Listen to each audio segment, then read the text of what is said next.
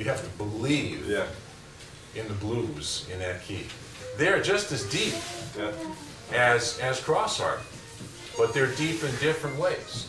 When you do play it, it sounds really funky and soulful. You know, if you're gonna like be up there on stage trying to express your soul, you know, with some guy who's really soulful, like a singer, blues singer or something, and you know, you're stuck on a desert island and all you have is a B-flat harp, and the only key he knows how to sing in is B-flat, and he wants to sing a minor blues. Well, you know, as long as you have a good supply of reeds and repair tools. I mean, yeah, that's it, you know. Hopefully Joe is shipwrecked on the same island. I love you, Joey. Thanks for doing that. Joe puts himself into what he does, into his playing, into his relationships with his friends, and into the harmonicas that he makes. He gives it all, everything, and that is really special, and has changed my playing. He's just so passionate about what he does. He's nuts about finding out the truth about things and the reasons behind things, which is why his harmonicas are so great. Puts a piece of himself into every harmonica. Totally. There's a hair in here, I think it's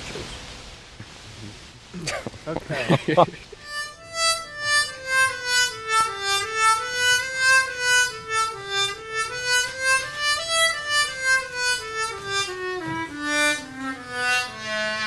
Now, the thing is, on the harmonica, you can't continue a breathing pattern in a straight line for very long because you run into bends, you run into overblows, you run into change at the seventh hole, which is where John Popper has done his greatest work, is at the change in the seventh hole.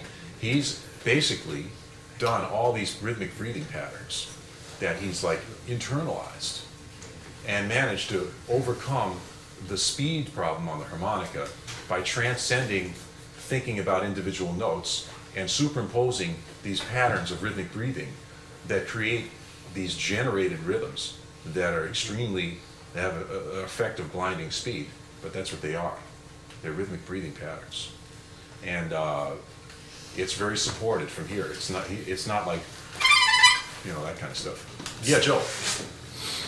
I don't want to be a wet blanket on the conversation here, because I like what John Popper does, and I like the breathing patterns. I don't really have a problem with it. But it definitely seems to be a pretty tense point of controversy amongst a lot of harmonica players. And that is, are breathing patterns good or are they bad? You know, and obviously you're doing them, so you like them. Can you elaborate some more on the importance of it? Because I think you'd be kind of horrified if a bunch of us like went home and learned some breathing patterns and did them real fast and went around telling people that we were like Howard Levy now.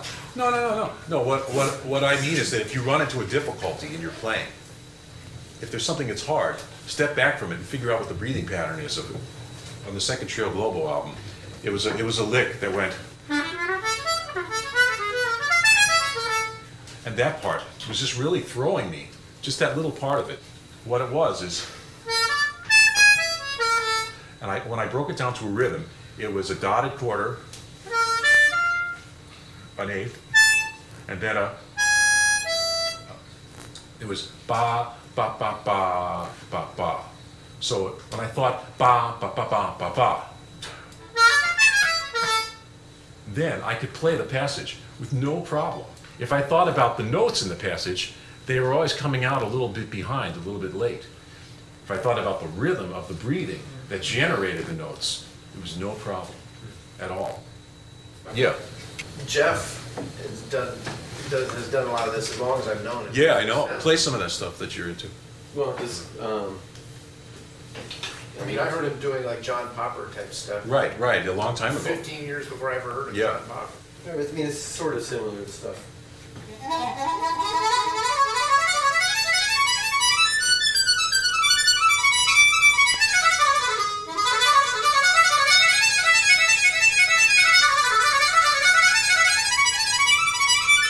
Yeah.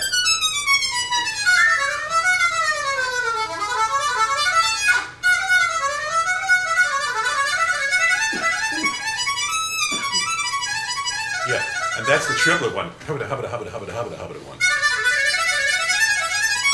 Yeah. That's a double stroke roll. So I'm saying that these things are drum patterns that he independently stumbled on and has been working on for years and plays them blazingly fast. And that's just like a drummer. So that is like one of the other aspects of who we are. I find my best playing is when everything's open. Yeah. When I get nervous before a particular gig, my breathing gets real shallow and I can't break it open. Yeah. Would you like to discuss with everybody how to exercise right before a gig, etc.? This rhythmic breathing rudiments, I think really helps. I think it makes you breathe more deeply and makes your voice go down. I think it's a real relaxation thing. Plus then there's stuff like yoga, yeah, and yogurt. I spent a week with Joe in West Virginia this summer when he taught his blues class, and he taught the first one that you did there, 2 in, 2 out. Right? Yeah, the double stroke roll. And it just blew my mind, because really if you do it right the way he wanted to, maybe he'll demonstrate for us. I mean, he completely locates it in his neck, and it's the best actual exercise for tone and relaxation I've ever experienced. Yeah. And Sure. yeah. Drum roll. I try to really emphasize relaxation, emphasize, trying to be as open as possible. And the other thing I like to emphasize with it is really stretching the oral cavity to the maximum. I mean, deliberately stretching it to get the tone, because ultimately the mouth and throat cavity is the biggest resonator that you have in terms of enhancing the sound other than your hands.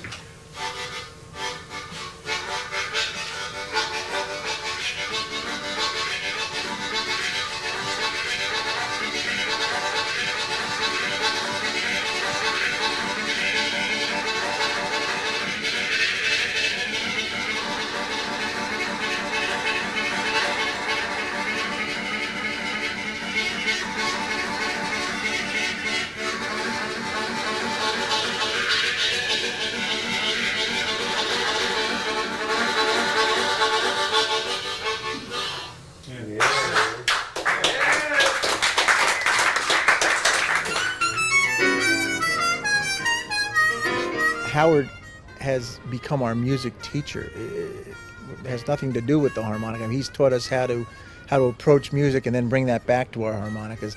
The one technique that Howard has really brought to people is the overblow. What Howard did when he came along and provided us with this extra tool for musical expressiveness was to show us, okay, there's something beyond blues and folk and country. You can now move into jazz. You can now move into world musics that use unusual scales. I remember calling you one Sunday, and you call people, what are you doing on Sunday? Oh, watching the game, have a couple of beers. He says, oh, I've been sitting here since 6 a.m. in my underwear, by my Steinway, trying to figure out how to play in 17 and 25, I go, what? This guy's got to get it.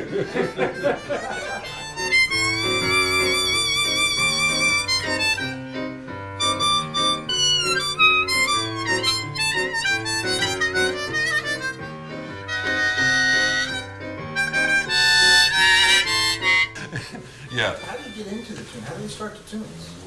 What do you mean? You don't count them. It's not like 1, 2, 16, 17. Oh, sure they count. This tune starts in 4/4, and then it goes into alternating bars of 12/16 and 13/16, 7/16, 9/16, 10/16, 11/16, 13/16.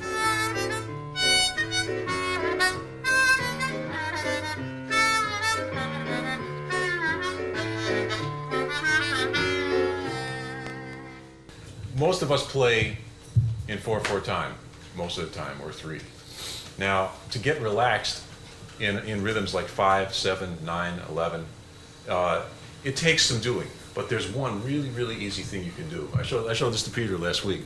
To get into 7, just play a scale with both hands.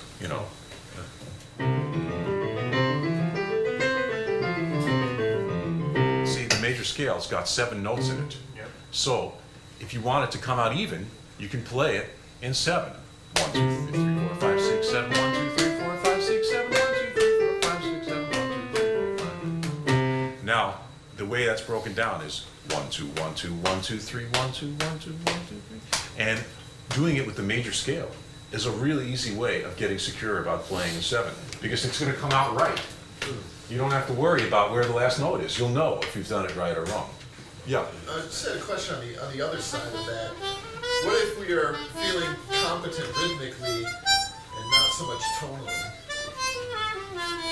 Then you've got a problem, buddy. If you're solid rhythmically, you're doing better than most people. Most people think the notes come first.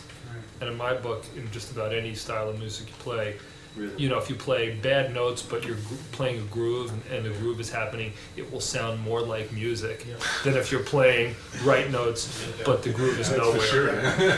You can play, I mean, I don't know what that was, but it swung. It was just chromatic BS, but as opposed to some cool 2/5 lick where the time is secondary and it's not swinging. So one of the things that I want to lead this into is playing in modal keys. And the easiest modal key, I think, on the harmonica is, the major scale, the Dorian mode, third position. Let's just play a B minor chord and I'll just play it.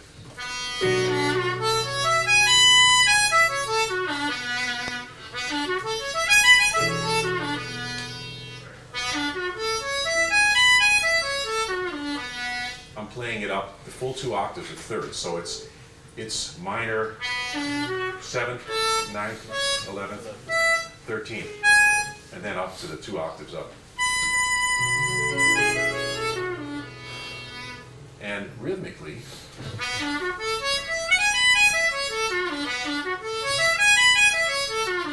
lo and behold, it's in 7 also. 1, 2, 3, 4, 5, 6, 7. So you could play like swing in 7. Can you do that? Yeah, there it goes. 6, 7, 1, 2, 3, 4.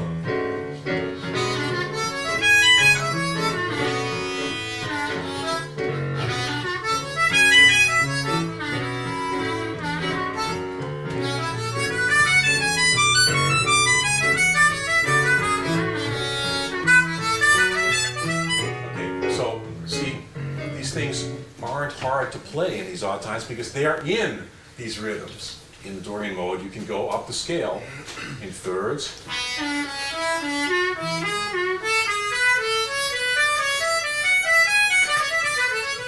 In any one of a number of different interlocking patterns or just straight up, straight down. You can go up in triads.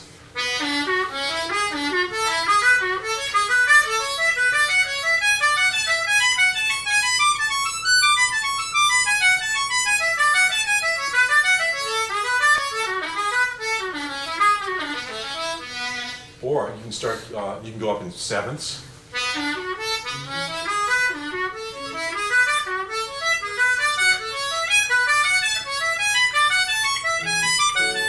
Or you can do them flip-flopping.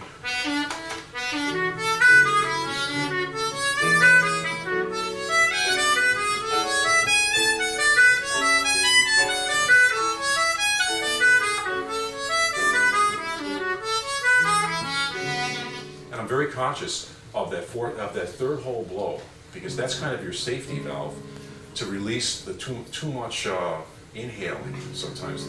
That third whole blow and the second whole draw are this very valuable byproduct on the instrument that allows you to get rid of, if you have too much air in any one direction, or you want to make a real firm statement, and it's a choice, and you should practice it to try to make the right choice on the pattern for the music.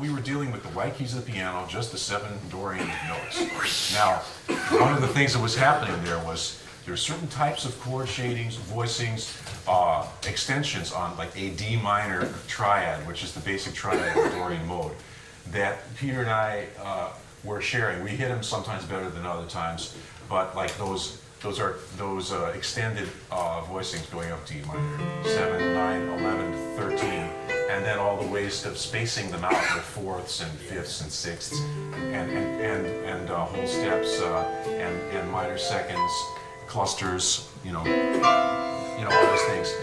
When you play with somebody, you're interacting with their texture and their context, and they are interacting with yours. So, like, I heard an interview with Elvin Jones talking about Coltrane. He said, but it wasn't so much the eggs as the way he scrambled those eggs, And that's exactly what it is. You have 7 eggs, man, but you can scramble them a whole lot of different ways, And the exercises that I'm showing you yesterday with the thirds and the fourths and all that stuff, those are just to develop your eyesight on the harmonica, to be able to go in fourths, so that you can use that eyesight to play musical ideas instead of, these sounding like you're playing an exercise.